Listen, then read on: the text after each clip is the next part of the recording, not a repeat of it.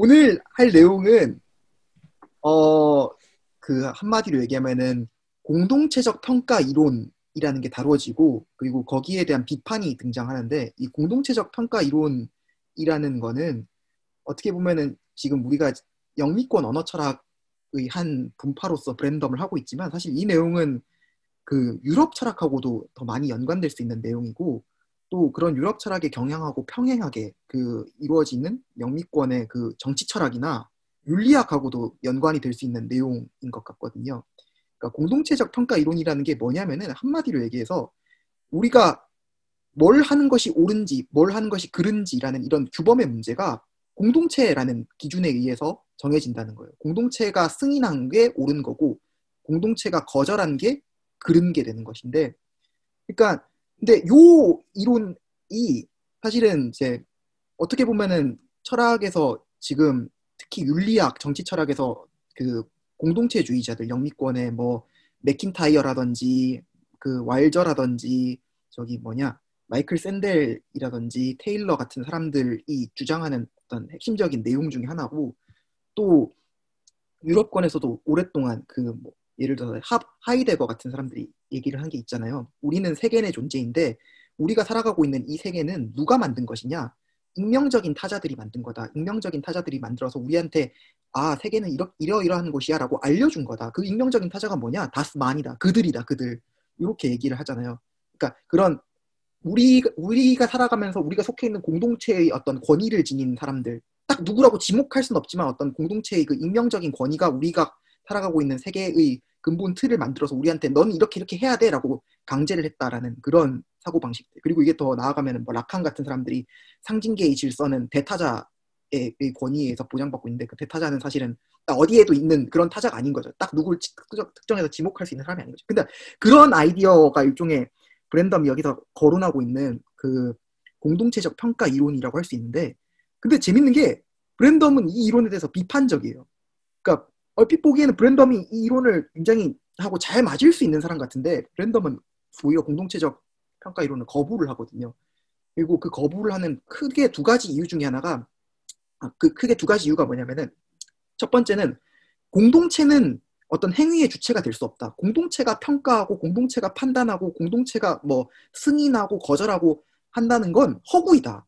오직 그런 행위자들, 주체들은 개인밖에 될 수가 없다. 요걸 하나 강조를 하고 또 두 번째가 브랜덤이 얘기를 하는 게 비판이 뭐냐면은 공동체적 평가 이론은 결국 우리가 앞서 비판했던 그 규칙성주의의 문제에 빠지게 된다. 이게 이제 두 가지 핵심적인 비판이거든요. 근데 이 비판이 얼마나 정당한가도 따져봐야 되는 문제인 것 같아요. 왜냐하면은 이제 브랜덤의 이런 그 비판에 대해서 그 다니엘레 맥베스라는 또 유명한 영미권 철학자가 있거든요. 그 사람도 비트겐슈타인 같은 이런 진영을 많이 연구하는 사람인데 그 사람도 비판적인 논문을 쓴 게 하나 있거든요. 그러니까 제가 그건 읽어보지 못해서 소개를 못하겠는데 그 브랜덤이 얘기하는 그 공동체적 타자 이론에 대한 비판에 종속되지 않고서도 여전히 그런 방식으로 논의를 주장할 수 있는 가능성이 있다. 뭐 이렇게 얘기하는 논문이던데 하여튼 뭐 좀 평가를 해봐야 되는 문제인 것 같아요. 저도 아직 생각이 딱 정해지지 못했고 내용을 일단 들어가 볼게요. 이게 저번 시간에 했던 게 브랜덤이 자기의 기획을 얘기하면서 세 갈래의 전략을 주장을 하는데 그 세 갈래가 뭐였냐? 첫 번째는 그러니까 자기가 받아들이는 게 세 가지가 있다. 크게. 첫 번째는 칸트적 구분이다. 그리고 여기서 말하는 칸트적 구분이라는 거는 규범에 따라 행동하는 것과 규범에 대한 개념에 따라서 행동하는 것 사이의 구분이다. 규범에 따라 규칙에 따라 행동하는 것과 규칙에 대한 개념에 따라 행동하는 것 사이의 구분이다. 그러니까 규칙에 따라 행동하는 것과 규칙에 대한 개념에 따라 행동하는 것. 요 구분을 왜 나왔냐? 이게 이제 브랜덤이 그 스테이터스, 상태랑 그다음에 애티튜드, 태도를 나는 두 가지 그 층위를 끌어내기 위해서 도입하는 부분이었거든요. 그냥 뭐냐면은 우리 자신, 합리적 존재로서 우리 자신은 단순히 뭐 이렇게 사물들이 그 만유인력의 법칙에 그냥 직접적으로 종속되듯이 이렇게 규칙을 따르는 게 아니다. 항상 우리가 규칙을 파악하고 우리가 이해한 방식에 따라서 규칙을 따른다. 그리고 그렇게 하다 보니까 때로는 규칙을 틀리게 따를 수도 있고 실수할 수도 있고 이런 문제들이 나타난다. 그러니까 내가 실제로 수행하고 있는 행위들과 내가 그 내가 이해한 방식으로 규칙을 따르는 게 이게 구분된다. 이게 그거죠. 이제 브랜덤이 얘기하는 건 그거죠. 그러니까 이 구분이 규칙에 따라 행위하는 것과 규칙에 대한 개념에 따라 행위하는 것 사이가 이분법적으로 구분된다고 해서 우리는 규칙에 대한 개념에 따라서만 행동한다. 이런 얘기는 아니었고, 뭐냐면은 우리는 규칙에 따라서 행동하고 있긴 한데, 규칙에 따라서 내가 옳게 그르게 어떤 수행을 하고 있긴 한데, 어떤 상태에 놓여 있긴 한데, 이 상태라는 게 옳다 그르다라고 평가하는 기준은 뭐냐면은 규칙에 대한 우리의 개념이다. 그러니까 우리가 어떤 태도로 규칙을 바라보고 있느냐에 따라서 그 태도에 근거해서 내가 지금 놓여 있는 이 상태가 옳으냐 그르냐가 이제 계속 평가된다라는 게 브랜덤의 얘기였고, 그래서 우리는 단순히 규칙에 따라서 행동하는 존재가 아니라 규칙에 대한 개념에 따라서 행동하는 존재이기도 하다. 그러니까 두 가지가 우리한테 같이 있다는 거죠. 그런 게 칸트적인 구분이었고, 여기서 아까 얘기했듯이 상태와 태도라는 두 가지 개념이 나왔고, 두 번째 갈래는 요때 이 태도, 우리가 무엇인가를 올바른 것으로 간주한다, 무엇인가를 그릇된 것으로 간주한다, 옳지 않은 것으로 간주한다라는 요 태도가 어떻게 설명돼야 되냐. 비트겐슈타인이 얘기한 대로 어떤 실천 속에서 설명이 된다. 우리가 뭘 하고 있는지를 바탕으로 설명이 된다. 요게 이제 두 번째 갈래였고, 그 세 번째 갈래가 뭐냐. 그럼 우리가 뭘 하고 있느냐. 내가 뭔가를 옳은 것으로 간주하고 그른 것으로 간주할 때 나는 뭘 하고 있느냐. 어떤 상을 주고 벌을 주는 방식으로 특정한 행위를 더 긍정적인 방식으로 강화하거나 아니면 부정적인 방식으로 강화하는 그런 일들을 하고 있더라. 내가 실천 속에서. 요 세 가지가 이제 브랜덤이 이제 자기 이론을 쌓아가기 위해 기본적으로 그 밑바탕을 까는 어떤 초석인 거죠. 그래서 칸트의 구분을 받아들이고 그 구분이 비트겐슈타인이 얘기한 것처럼 우리가 하고 있는 이 실천 속에서 설명돼야 되고, 그 구체적인 실천의 내용은 뭐냐? 상을 주거나 벌을 주면서 특정한 행위를 강화하는 방식으로 우리가 뭔가를 옳은 것으로 받아들이고 그른 것으로 받아들이고 하는 그런 일들이 있더라 라는 얘기였고, 뭐 그래서 이게 이런 식으로 나타난 거죠. 그러니까 규범적인 의미에 대한 실천적인 인정을 만들면서 이 세 가지 전략을 승인하는 이 설명은 그 규범적 상태를 어떻게 이해를 하냐면은 여기 규범적 상태라는 건 요런 거고, 그 규범적 상태를 규범적 태도의 측면에서 이해한다. 근데 그 태도라는 거는 요런 거였다. 뭐 이렇게 이제 내용이 진행되는 거죠. 그리고 요 얘기가 나오면서 이제 공동체적 평가라는 게 문제가 되는데, 왜냐하면은 요 세 갈래의 전략이라는 건 어떤 점에서 이런 그 실천의 중요성을 강조한다는 점에서 일종의 그 우리의 규범이라는 거를 어떤 사회적인 측면을 또 부각시키고 있다라고도 할 수가 있거든요. 그러니까 그쵸. 요 부분인데 어떤 게 문제가 되냐면은 그 규범적 상태가 이 규범적 태도랑 분리돼서 이해될 수 없다는 요 하나의 생각이 있고, 요 하나의 생각이 우리 사회적 실천, 이 두 가지, 이 규범적 상태와 규범적 태도의 사이의 관계가 사회적 실천을 포함한다는 요 또 다른 하나의 생각이 있는데, 요 두 가지를, 그러니까 이제 결합이 돼야 되는 건 맞아요. 결합이 돼야 되는 건 맞는데, 이 결합을 시키려는 이 시도 속에서 아까 이게 어떤 게 나오냐면 공동체적 평가 이론이라는 게 등장하는데, 공동체적 평가 이론이 이런 거죠. 아까 처음에 얘기했던 대로 우리 공동체가 어떤 승인하거나 거절하는 것이 바로 우리가 그 공동체 속에 살아가는 우리가 뭔가를 옳게 하거나 그르게 하는 것들이 된다. 그러니까 공동체의 평가에 옳다 그르다라는 규범이 의존한다라는 이론인데, 그러니까 긍정적인 측면은 이런 거예요.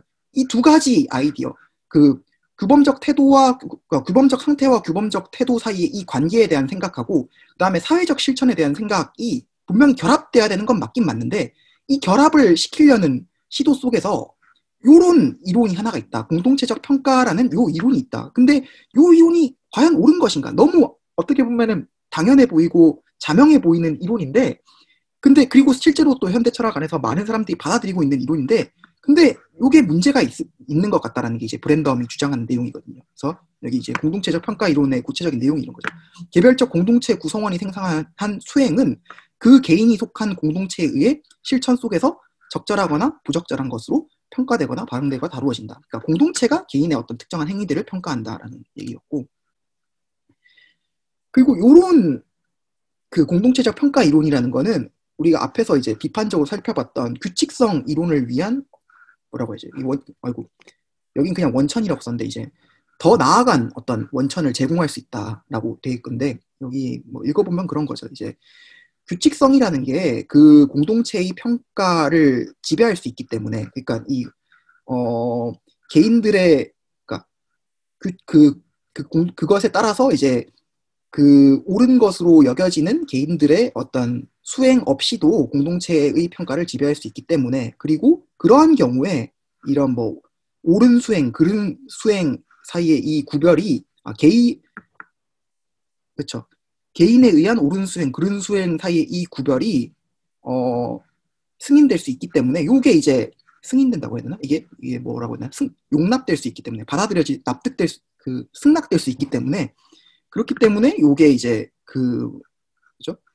네, 그렇죠. 이 공동체에 의한 평가를 살펴보는 이런 것들이 이제 규칙성 이론을 위한 더 나아간 어떤 원천을 제공할 수 있다라는 얘기인데, 그러니까 뭐 한마디로 이런 거죠.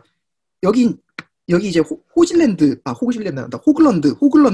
예시를 들었는데, 호글런드는 저번 시간에 제가 그냥 지나가듯이만 얘기해서 그런데, 호글런드가 저번 시간에 이제 상벌 이론 가지고서 예시를 들면서 했던 게 이야기가 그런 거였죠. 어떤 그 존재들을 상상해봐라. 어떤 존재들이냐면은 그 어떤 특정한 상황에서 서로 이제 비슷하게 행동하려는 존재들이 있다고 생각해봐라. 그리고 그런 존재들은, 그러니까 자기들하고 비슷하게 행동하지 않으면은 상벌을 주는 방식으로 이 행동을 자꾸 맞춰가려는 이런 성향이 있다라고, 그런 가상의 어떤 존재들을 상상해봐라. 그러면 거기서 이제 행동의 일치가 이루어지는 그 지점에서 이제 규범이라는 게 생겨난다라는 게 이제 호그런드의 예시였는데, 그 예시랑 같은 맥락에 있는 거다. 그러니까 근데 다만 다른 게, 호그런드 예시에서는 개별적인 이 개인들에 의한 뭐라고 해야 되지? 그 허가의 규칙성이라는 게 핵심이었지만은, 그 공동체적 평가 이론에서는 그런 개인 하나하나의 어떤 규칙적인 행위에 따라 가지고 다른 사람이 저 사람의 행위를 막 이렇게 제재를 하고 판벌을 주고 하는 이런 거라기보다는 공동체 전체로서의, 공동체 전체의 어떤 그 규칙성이라는 게 여기가 중요해지고, 요 공동체라는 어떤 가상의 어떤 주체라고 해야 되나, 가상의 행위자의 규칙성에 따라 가지고 개별적인 개인들의 어떤 수행들이 평가되는 게 이제 그 공동체적 평가 이론이다 보니까, 이게 일종의 규칙성 이론 안에 포섭되는 이론이다. 그래서 공동체적 평가의 규칙성, 우리 전체로서의 공동체가 규칙적으로 어떻게 행동하고 있느냐에 따라 가지고 그 평가에 따라서 그 개인들이 평가되기 때문에 규칙성 이론이다. 그리고 규칙성 이론을 위한 새로운 어떤 근거를 제시하는 이론이다라고 하는데, 문제는 여기에 두 가지 반론이 제시될 수 있다는 거죠. 두 가지 반론이 뭐냐? 첫 번째는 이런 그 공동체적 수행이라는 요 아이디어, 관념이 허구이다, 허구. 공동체라는 게 어떻게 수행의 주체가 될 수 있느냐? 공동체가 어디 있는데? 있는 것들은 개인들 한 명 한 명이지.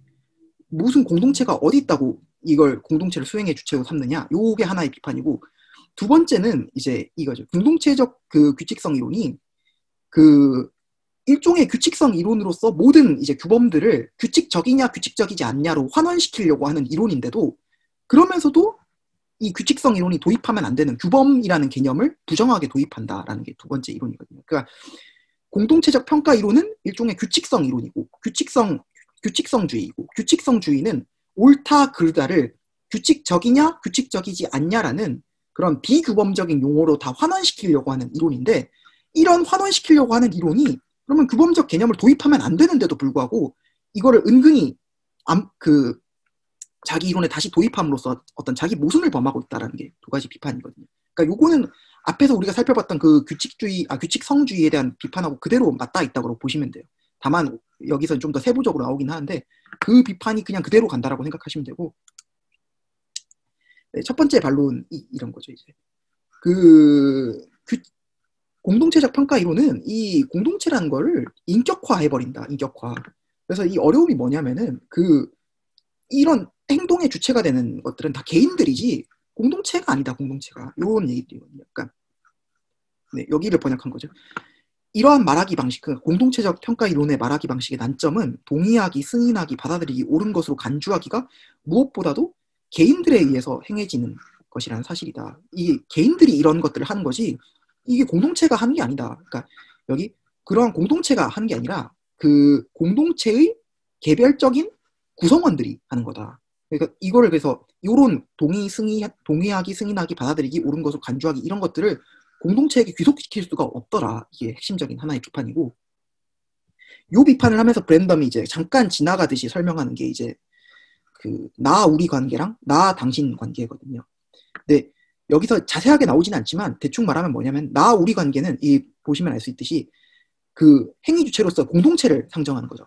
나랑 공동체 사이에 어떤 관계가 맺어질 수가 있고 이 사이에서 어떤 공동체가 나를 규범적으로 평가하거나 내가 공동체를 규범적으로 평가하는 이런 것들이 가능하다라는 게 이제 나 우리 관계인데 브랜덤은 이런 관계를 부정하거든요.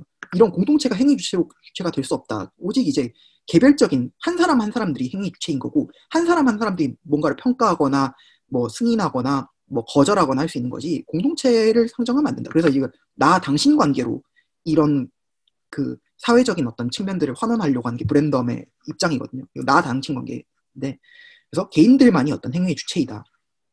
그리고 요게 나중에 가면은 그 나오게 되는 게 3장까지 가면 나오게 되는 게 요 나 당신 관계라는 요 관계에 근거해서 성립하는 모델이 바로 이유를 제시하고 요구하는 놀이라는 모델인 거죠. 이유를 제시하고 요구하는 놀이는 정말 순전히 그냥 두 명의 그 두 명이라고 해야 되나? 두 명 이상이라고 해도 될 것 같은데 두 명의 그 놀이 참여자인 동시에 그 게임 평가자가 서로의 발화들을 제시하고 평가하고 다시 또 뭐 반박하고 뭐 수정하고 하면서 그러면서 진행되는 놀이거든요. 여기에는 어떤 공동체라는 가상의 추상적인 어떤 주체가 개입할 여지가 없어지는 거죠. 그래서 그 이유를 제시하고 요구하는 놀이라는 이 모델 자체가 나 당신 관계에 근거하고 있다. 그리고 요 모델을 바탕으로 해서 모든 어떤 규범들을 설명하려고 하는 게 브랜덤의 아주 궁극적인 입장인 거고 두 번째 반론은 이런 거죠. 공동체적 평가 이론은 자신이 도입하면 안 되는 규범적인 개념을 밀수입하고 있더라. 밀수입. 그 스머글이라고 하나요? 이 브랜덤 그런 표현을 되게 자주 많이 쓰던데. 근데 여기 지금 not harmless라고 나와 있는데 이것 때문에 그래요. 이게 공동체적 평가 이론이라는 게 우연적이지도 않고 해가 없지도 않다. 그러니까 우연적이지도 않다는 건 뭐냐면은 이런 식의 그 공동체적 평가 이론의 그런 이게 이제 말시라고 하고 말시거든요. 말하는 방법 이런 인데 그러니까 프랑스어라서 제가 읽을 수가 없는데 이런 말하는 방법이 그 공동체적 평가를 하는 이 접근을 하는 사람들한테는 어떤 본질적이더라. 자꾸만 이 그런 거죠. 이제 브랜덤이 비판하는 게 그런 거거든요. 정치 철학이라든지 윤리학 같은 데서 자꾸만 공동체주의자들 같은 사람들이 공동체라는 걸 마치 행위 주체인 것처럼 상정하고서 이게 그냥 어떤 언어 표현의 문제가 아니라 그 사람들은 진짜 그 공동체라는 게 어떤 행위 주체가 될 수 있다라고 상정을 하고서 그런 방식의 말하기를 계속 쓰던데 그러다 보니까 이걸 그냥 우선 우리가 그냥 이건 언어적인 표현의 방식이지 하고 넘어갈 수가 없더라. 이게 어떤 우연한 그냥 말하는 문제가 아니라 어떤 본질적인 이 사람들한테서는 본질적인 문제이다 보니까 그냥 넘어갈 수가 없고 그리고 이게 무해하지도 않다라면서 이제 왜 무해하지가 않냐 이게 이제 규범적 개념을 밀수입한다 두 번째에서 나오는 건데 이게 무해한 게 아니다. 이게 앞에서 우리가 규칙성주의를 비판하면서 다뤘던 문제들인 거죠. 그러니까 브랜덤이 똑같은 비판을 여러 가지 방식으로 제시를 하다 보니까 이 글이 좀 길어지고 자꾸만 이제 뭐라고 해야 될까 그 요지는 다 같은데 이제 비판의 어떤 그 방식들이 조금씩 달라지는 건데 이 한마디로 이런 거예요. 그러니까 그 공동체의 승인이나 거절이라는 게 결국에는 이제 공동체의 승인이나 거절이라는 걸 얘기하기 위해서는 공동체가 뭔가 규칙적으로 행동하고 있다는 걸 말해야 되는데 공동체가 규칙적으로 행동하고 있다는 걸 어떻게 우리가 설명할 수 있느냐? 그럼 공동체 구성원들 전체가 보편적으로 다 동의하는 게 공동체의 입장인 건가? 그렇게 하면 너무 많은, 너무 과한 걸 요구하는 것 같고, 그럼 그것보다 좀 덜한 거, 보편적인 동의보다는 좀 덜한 걸 어떻게 얘기를 해야 되냐? 뭐, 공동체 중에서도 전문가가 하는 그 의견들이 어떤 규범성을 지니는 거냐? 근데 문제는 뭐냐면, 공동체 안에서 누가 전문가인지, 누가 전문가가 아닌지라는 요 평가는 이미 단순한 규칙성을 넘어가지고 어떤 규범성이 들어가 있다는 거죠. 그러니까 비전문가인 그냥 일반인 같은 저도 어떤 특정한 문제를 바라볼 때 규칙적인 제 나름대로 제 딴에는 규칙적이라고 생각하는 방식으로 문제를 바라보고 전문가들도 전문가들 집단 나름대로의 규칙성을 가지고서 문제를 바라보는데 근데 우리가 똑같이 그 두 가지 규칙적인 집단들 중에서 왜 한 집단의 규칙성은 규범으로 인정을 안 하고 다른 집단의 규칙성은 전문가의 입장이라고 해서 규범으로 인정하느냐 거기부터가 우리가 이제 단순한 규칙 규칙적이다, 규칙적이지 않다를 넘어서 무엇이 옳다, 그르다라는 어떤 규범성을 개입하고 있는 거다. 그러니까 이런 식으로 논의가 진행되는 거죠. 어떤 딜레마가 있다. 어떤 딜레마냐? 보편적으로 다 공동체가 동의하는 거가 그 공동체의 평가인 건가? 그건 너무 과한 것 같고 이게 딜레마의 한 축이면 다른 축은 뭐냐? 그러면 전문가를 상정하고 전문가의 어떤 의견을 인정해야 되나? 근데 전문가를 인정하다 보니까는 전문가의 규칙성과 일반인의 규칙성이 다 규칙적인 것들인데 왜 하필 전문가의 규칙성을 옳은 것으로 규범적인 것으로 인정하느냐? 그거는 네가 그 규칙성 개념을 밀수입하고 있는 게 아니냐? 다 이거 규칙성이 아니죠. 규범성이죠. 이거 잘못 썼네. 규범성 개념의 밀수입이죠. 예, 규칙성으로 다 환원할 수 있다고 했는데도 불구하고 규범성을 다시 도입하는 게 아니냐. 이런 비판인 거고 마찬가지의 그 다른 방식의 비판이 또 이제 제시되는 게 이런 건데 그 공동체 구성원이다라고 하는 게 어떻게 이해가 돼야 되느냐. 이것도 이제 문제인 거거든요. 공동체가 규칙적으로 공동체의 평가라는 게 공동체가 규칙적으로 하고 있는 행위인 거라면은 그러면 공동체가 규칙적으로 수행하는 모든 것들이 다 규범적인 게 되는 것인데 그렇게 되면은 공동체는 틀릴 수조차 없지 않느냐. 우리가 계속 얘기하고 계속 강조했던 오류의 가능성이 없어진다. 규칙성주의는 오류의 가능성 자체를 상실해버린다라는 요 문제가 나오는 거거든요. 공동체 구성원들이 하는 모든 것들이, 그러니까 공동체의 구성원들이 하는 행위가 이미 그 자체로 규칙적인데 그 규칙적인 행위가 그냥 규범적이라고 해버리게 되면은 그러면은 공동체 구성원들이 때로는 틀릴 수도 있다라는 것들은 설명이 안 되지 않느냐 이런 문제이거든요. 그래서 공동체 구성원의 신분이라는 것을 이 사람들이 실제로 규칙적으로 수행하고 있는 행위라고 설명을 해버리면 그러면 규범이라는 걸 위반할 가능성들이 없어지게 되는 거. 이런 문제가 있다라고 하는 거. 그리고 이것도 똑같은 그 비판인데, 그러니까 어떤 공동체 중에서 어떤 사람들은 권위를 지닌 구성원으로 전문가로 인정을 하고 어떤 사람들은 전문가에 의해서 평가되어야만 하는 다른 일반 구성원으로 나누고 하는 이것 자체가 이미 규범적인 구분을 안고 있더라. 누가 전문가고 누가 이 전문가에 의해서 평가되어야 되는지를 나눈다는 것 자체가 이미 그냥 단순한 규칙성만으로는 설명되지 않는 이 사람들의 권위를 지닌 구성원들, 전문가의 규칙성을 특별한 우위가 있는 것으로 인정하는 그 태도인 건데 이게 규범적 구분을 밀수입하고 있더라라는 거죠. 그러니까 이게 논의가 지금 어떻게 흘러가는 거냐면은 첫 번째 여기서는 이제 전문가라는 관점에서 이 규칙성주의의 한계를 비판을 하는 거거든요. 전문가라는 걸 상정하고 있다는 것 자체가 그 규범성의 개념을 밀수입하고 있는 것이다. 전문가냐 전문가가 아니냐 구분할 수 있기 위해서는 그냥 규칙적이다 규칙적이지 않다를 넘어서는 더 상위의 그 개념이 필요하다. 옳다 그르다라는 걸 새롭게 도입해야 되는데 규칙성주의는 그걸 도입할 수 없는데도 불구하고 도입했다. 전문가의 관점에서 비판하는 거고 두 번째는 그냥 공동체 일반 구성원들의 관점에서 비판을 하는 거거든요. 그러니까 구성원들이 규칙적으로 따르고 있는 것이 바로 그 공동체의 어떤 평가이다라고 해버리게 되면은 이러면 우리가 틀릴 수 있는 가능성, 공동체 구성원들이 오류를 저지르고 잘못할 수 있는 가능성이 설명이 안 되지 않느냐. 요걸 비판한 거고 그리고 세 번째는 이걸 다 합쳐가지고 전문가와 권위를 지닌 구성원과 권위에 종속된 구성원을 이렇게 나눈다는 것 자체가 이미 규범적 구분이다. 이런 식으로 이제 논의가 전개가 되는 거니까 그러니까 다 이제 큰 틀에선 똑같은 비판인데 이거를 강조점을 약간씩 다르게 줘가지고 설명을 하는 거죠. 그리고 요런 지금까지 논의들을 가지고서 또 브랜덤이 요런 방식으로도 구성을 하는 거죠.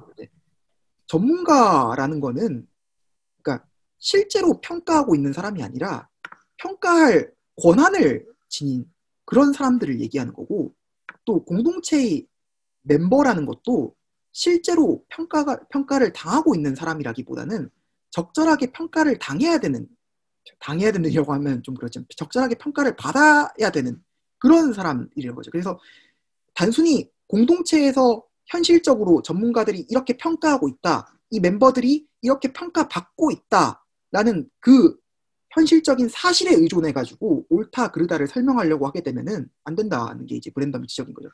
전문가가 전문가인 이유는 이 사람들이 현실적으로 평가를 내리고 있기 때문에 전문가가 아니라 평가를 할 권한이 있기 때문에 전문가인 거고 공동체 멤버인 이유는 이 사람들이 그냥 평가를 받고 있기 때문이 아니라 적절하게 평가를 받고 있기 때문에 멤버인 것이다. 그래서 그 규칙성주의를 가지고서는 현실적으로 평가를 하고 있다, 평가할 권한이 있다.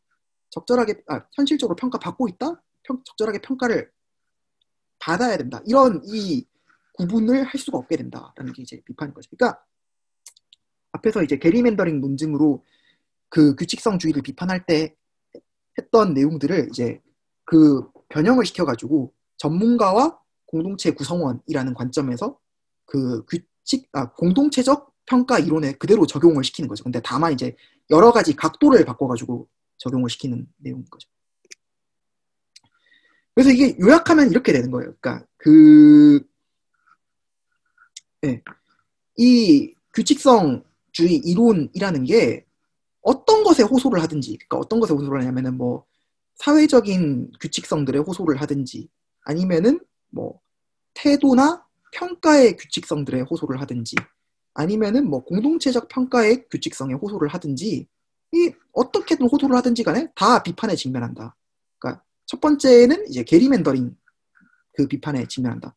왜 여러 가지 그 규범들 중에서 여러 가지 규칙적인 행동들 중에서 특정한 하나의 규칙적인 행동들에 대해서 혹은 특정한 하나의 방식으로 규칙적으로 행동하는 집단에 대해서 우위를 부여하느냐. 왜 이 규칙적인 것들은 수만 가지가 있는데 그 중에서 하나를 뽑아가지고 얘는 우리가 옳고 그름으로 받아들이자라고 하느냐를 이제 규칙성주의가 설명하지 못한다가 하나가 있는 거고, 두 번째는 이제 딜레마 형식으로 제시를 한 건데, 그래도 똑같은 말이에요. 이게 그러다 보니까 사실 이게 논의에 계속 측면만 바꾼 거다 보니까 이런 거죠. 그러다 보니까 규칙성주의는 진정한 규범적 상태의 본질적 특성을 구성 못하거나, 그러니까 왜 이 특정한 규칙성들이 규범적이라고 할 수 있는지를 설명해내지 못하거나, 아니면 그걸 설명하려고 하다 보면은 규범적인 개념들, 자기가 도입하면 안 되는 그런 규범적인 개념들을 은연중에 다시 호소하는 그런 식의 형태를 취하게 된다라는 게 이제 브랜덤의 비판인 거죠. 규칙성 이론에 대한 비판인 거고. 그래서 브랜덤은 어떤 기획을 제시하냐면은 이 그러니까 공동체적 평가 이론이 나오게 되는 게 뭐냐면은 이것도 일말의 진리가 있기 때문에 그런 거거든요. 이것도 어떤 사회적 실천이라는 측면을 강조를 하려고 하다 보니까, 그러니까 우리가 어떻게 그 칸트적인 두 가지 구분을 받아들이면서, 그러니까 그냥 규칙에 따라 행동하는 것과 규칙에 대한 개념에 따라 행동하는 것.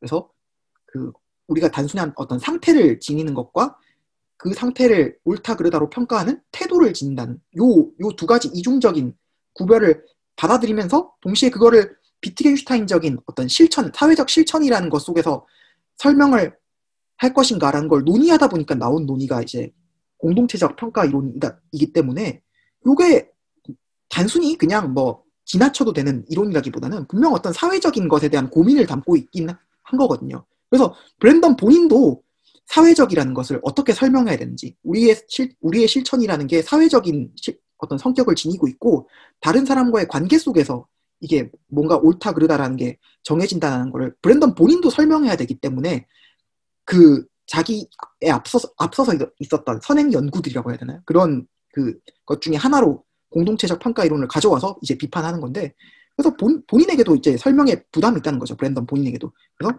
명시적으로 명제적인 태도의 기저를 이루는 규범을 실행시키는 이라고 해야 되나요? 이게 이제 인스티튜트인데, 규범을 마련하는 이런 사회적 실천의 적합한 개념을 정교화하는 것은 자신의 작업에서 중요한 과제 중에 하나이다라고 얘기를 하는 거거든요. 그러니까 우리의 실천이 어떤 사회적인 특징을 지니고 있고, 그게 나 혼자만으로 이런 규범이라는 게 설명될 수 없다라는 거를 브랜던 본인도 설명을 해야 되는데, 그 설명의 방식이 규칙성 이론에 호소하는 방식으로 해서는 안 되고, 그렇기 때문에 그 설명의 방식이 그냥 일반적인 정치 철학자들, 윤리학자들이 받아들이는 것처럼 공동체적 평가 이론에 호소하는 방식으로 이루어질 수는 없다라는 게 브랜덤의 주장인 거죠. 그래서 여기서 이제 나 우리 관계랑 나 당신 관계를 구별해서 나 당신 관계를 바탕으로 세워지는 그런 모델을 짜려고 하는 거고, 그 모델이 나중에 봐보면 이제 이유를 제시하고 요구하는 그 놀이의 모델이 되는 거거든요.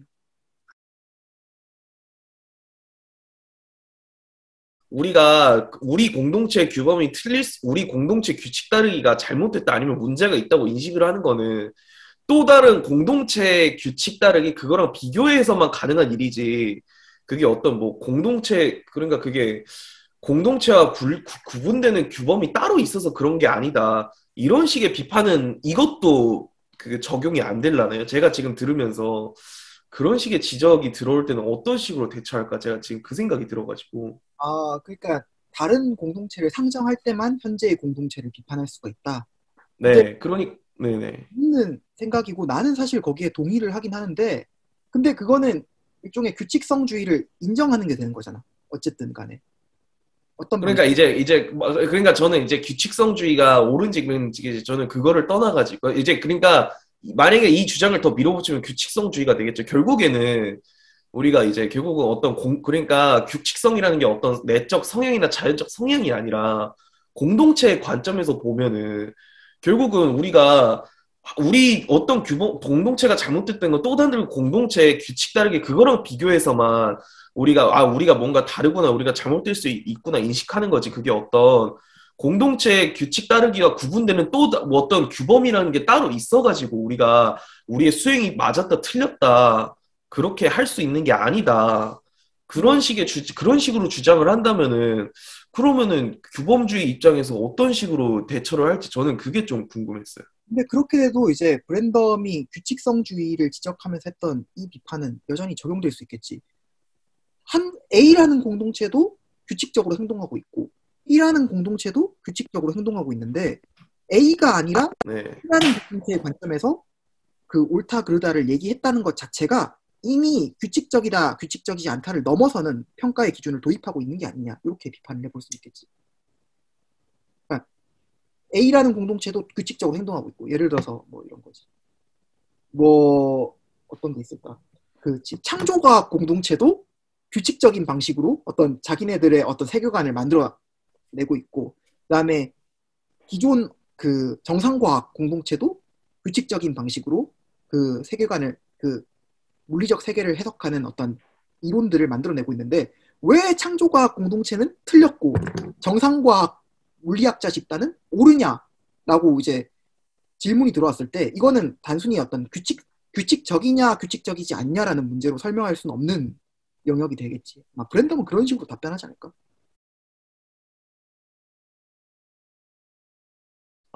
그러니까 이건 정말 제 개인적인 감상인데, 예전에는 그냥 제가 이제 아무래도 배운 게 뭔가 공동체주의 약간 그런 이제 규범성 그런 식으로만 배웠는데, 이 브랜덤 논증을 보면서 정말 이 브랜덤이 생각하는 그런 이제 추론주의 내지는 규범에 관한 그런 이론이랑 제가 그냥 일반적으로 그냥 가지고 있던 그런 규칙성에 대한 그런 생각들이 많이 좀 혼합되어 있었구나. 저는 그래서 막 그런 걸 비판할 때 예전 같았으면 이게 뭔 차이냐고 별로 신경을 안 썼을 텐데 지금 보니까 이게 상당히 좀 큰 차이가 있구나. 그래가지고 제가 좀 더 공부를 꼼꼼히 해봐야겠다는 생각이 더 들기도 하고 역시 공부는 이런 입장 차이의 디테일을 좀 잘 알아두는 게 중요하다.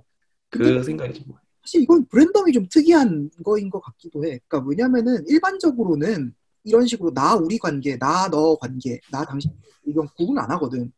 그러니까 얘기했지만은 그냥 공동체주의 철학자들이라던가 아니면 유럽 철학자들도 다 우리의 공동체가 알려주는 것들이 우리의 어떤 믿음들의 기저를 이루게 되고 그 기저를 이루는 믿음들을 바탕으로 해서 다른 논의들이 쌓아나가기 때문에 익명적인 공동체, 익명적인 타자들, 권위를 지니고 있는 대타자들, 그렇지만 누군지 딱 지적하기는 어려운 그런 사람들을 되게 강조한 입장인데 브랜덤이 특이한 거지. 브랜덤이 이걸 이제 거부하면서 자기는 다른 방식으로 하겠다는 게 특이한 거지.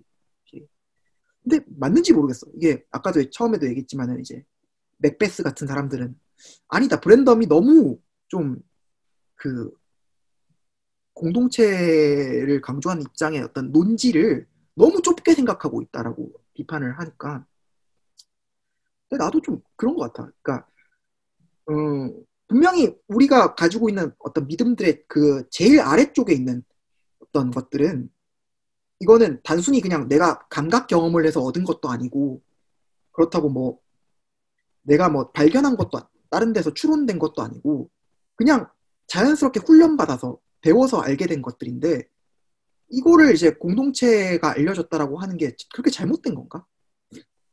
어, 적어도 그걸 주장하는 사람들은 그게 있지. 이 믿음들, 내가 가장 내 믿음의 기저를 이루고 있는 이 믿음들이 자의적이고 이 믿음을 누가 정확하게 나한테 보증해 줄 수 있는지를 내가 알지 못하고 그리고 요 믿음들이 문화마다 다 다를 수 있다. 그냥 요런 의미에서 그냥 공동체가 우리한테 그 평가의 기준을 제시한다라고 한 것 같은데 그냥 그런 의미라면 그게 이렇게 반대돼야 되는 걸까라는 생각도 들긴 하거든. 근데 나도 잘 모르겠어. 나도 아직은.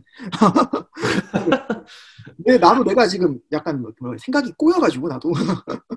근데 어쨌든 브랜덤은 첫 번째 어떻게 공동체라는 게 주체가 될 수 있느냐라는 거랑 두 번째 이렇게 하다 보면은 공동체가 어떻게 행동하느냐에 따라서 그 규범을 설명하려고 하다 보면 규칙성주의에 빠진다. 공동체 중에서 특정한 그 전문가들을 상정해야 되거나 아니면 전문가를 상정하게 되면 규범을 도입하게 되는 거고 전문가를 상정하지 않고 공동체가 그냥 멤버들이 행동하는 방식만으로 설명하려고 하다 보면은 그렇게 되면 이제 실수할 수 있는 가능성, 실패할 수 있는 가능성을 설명하지 못하게 되는 거고 뭐 이렇게 되는 거지.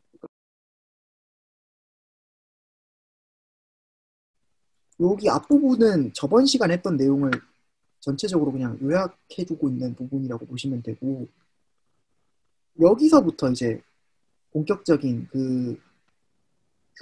공동체적 평가 이론에 대한 내용이 나오거든요. 근데 딱 두 문단밖에 없어요. 이 부분하고 여기까지가 이제 공동체적 평가 이론이고,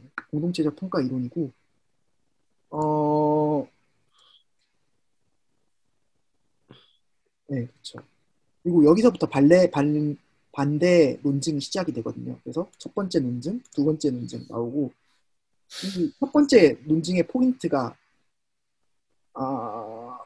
잠깐만요. 첫 번째 논증. 네, 인격화를 한다. 자꾸만 공동체를 인격화를 한다라고 하면서 재밌는 게 여기서 크리키를 들고, 그다음에 라이트를 드는데, 크리키를 드는 이유는 뭐냐면 크리키가 이제 비트겐슈타인의 규칙과 사적 언어에서 비트겐슈타인을 해석하는 방식이 브랜덤이 보기에는 일종의 이제 공동체적 평가 이론이다. 그래서 이런 얘기를 하는 거죠. 크리키의 책에서 이제 아무거나 랜덤하게 뽑아내도 다 이런 공동체적 평가 이론에 걸릴 만한 이런 것들이 나온다. 이게 왜 문제냐? 공동체가 어떻게 뭔가를 받아들여. 그리고 공동체가 어떻게 뭔가를 옳은 것으로 간주해. 공동체가 뭘 승인해. 그리고 라이트도 그거든요. 크리스핀 라이트라고 해서 이 사람도 비트겐슈타인 가지고서 여러 가지 걸 하는 이런 사람인데 이 사람도 비슷하게 자꾸만 공동체적 평가라는 걸 상정을 하더라. 자기는 이 두 사람 마음에 안 들더라. 라는 얘기를 하는 거고. 그쵸. 그리고 이런 것들이 그 공동체적 평가의 접근 방식을 취하는 사람들이 이게 그냥 단순히 그냥 시적인 표현으로 공동체라는 걸 행위 주체로 놓는 게 아니라 이 사람들은 진짜 그렇게 믿더라. 그래서 이게 그냥 우연적인 문제가 아니다. 하지만 이런 식으로 나 당신 관계를 자꾸만 우리 관계로 바꾸게 되면은 어떤 왜곡이 발생한다라고 하는 거고. 네, 그쵸. 그 왜곡을 설명하면서 이게 나오는 거지. 이런 왜곡이 뭐냐면은 이 이제 정치 철학자들이 자기 이런 주제들을 이제 다루면서 이렇게 그 입었다고 해야 되나? 이렇게 나타낸 그런 왜곡이다라고 얘기가 나오는 거고. 네.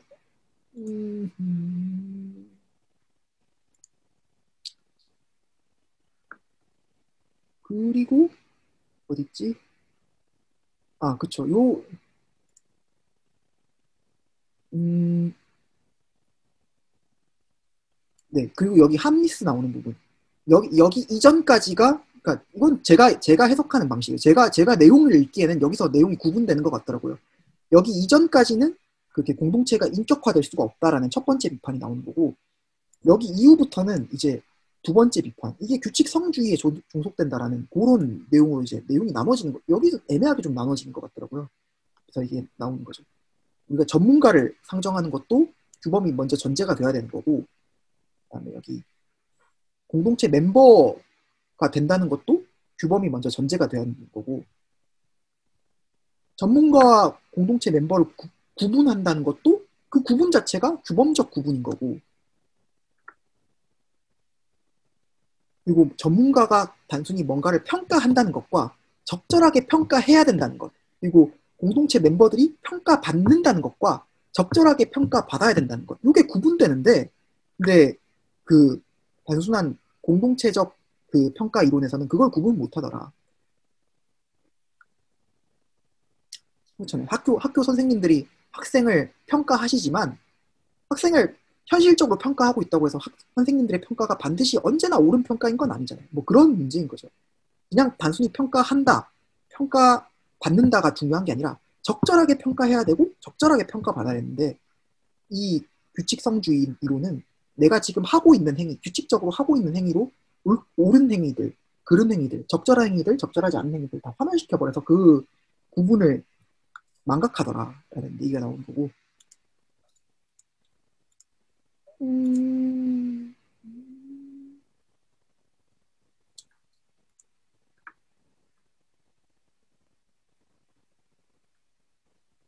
여기도 좀 더 부연 설명이 좀 약간 나온다고 볼 수 있어요. 그리고 이 부분에서 다 요약이 되거든요. 아까 보여드린 부분인데, 이런 규칙성 이론이라는 게 어떤 거에 호소하든지 간에 첫 번째로는 게리맨더링 논증에 걸리고, 두 번째로는 일종의 딜레마에 빠진다.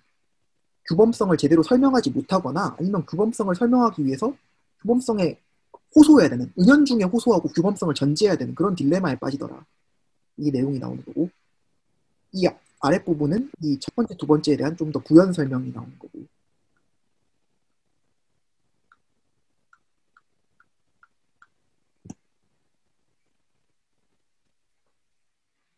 그리고 여기서, 아이고, 네. 아, 왜 이렇게 자꾸 내려가지? 아, 안 돼. 네. 그리고 여기서 이제 브랜덤의 어떤 자기의 기획이 나오는 거죠. 그러니까 사회적 실천이라는 게 중요하다. 그래서 우리가 우리의 언어 활동에서 뭔가가 규범적이다, 규범적이지 않다, 적절하다, 적절하지 않다고 할 때 그 것들이 사회적으로 규정된다는 걸 설명을 해야 되는데, 근데 그 공동체적 평가 이론의 방식으로 하면 안 된다. 그래서 다른 방식으로 이 사회적이라는 게 설명이 된다는 게 나오는 거고. 그리고 그게 나오면서 이 부분은 이제 그 아까 인태가 지나가면서 얘기했던 그 뭐지? 상벌 이론에 대한 내용이 나온 거. 상을 주고 벌을 준다는 게 여러 가지 방식으로 뭐 설명될 수가 있다. 상을 주고 벌을 준다는 게 뭐 강화의 방식으로 설명될 수 있고, 뭐 더 뭐 이 사람이 상을 상벌을 주는 사람의 입장에서도 그 뭐지? 설명이 될 수가 있고, 상벌을 받는 사람의 입장에서도 뭐 보상과 처벌로 설명될 수 있고 막 이렇게 있는데, 이 모든 것들이 일종의 자연주의적인 용어더라라고 하면서, 그러면서 여기 나오는 상벌 이론에 대한 간단한 이 설명을 가지고서 이제 이 다음에 규범적 상벌이라는 걸로 내용이 넘어가려고 이제 이 부분이 잠깐 있는 거거든요. 그래서 여기서 이렇게 나눴지만 사실 여기부터 이 내용이 시작된다라고 보시면 될 것 같아요.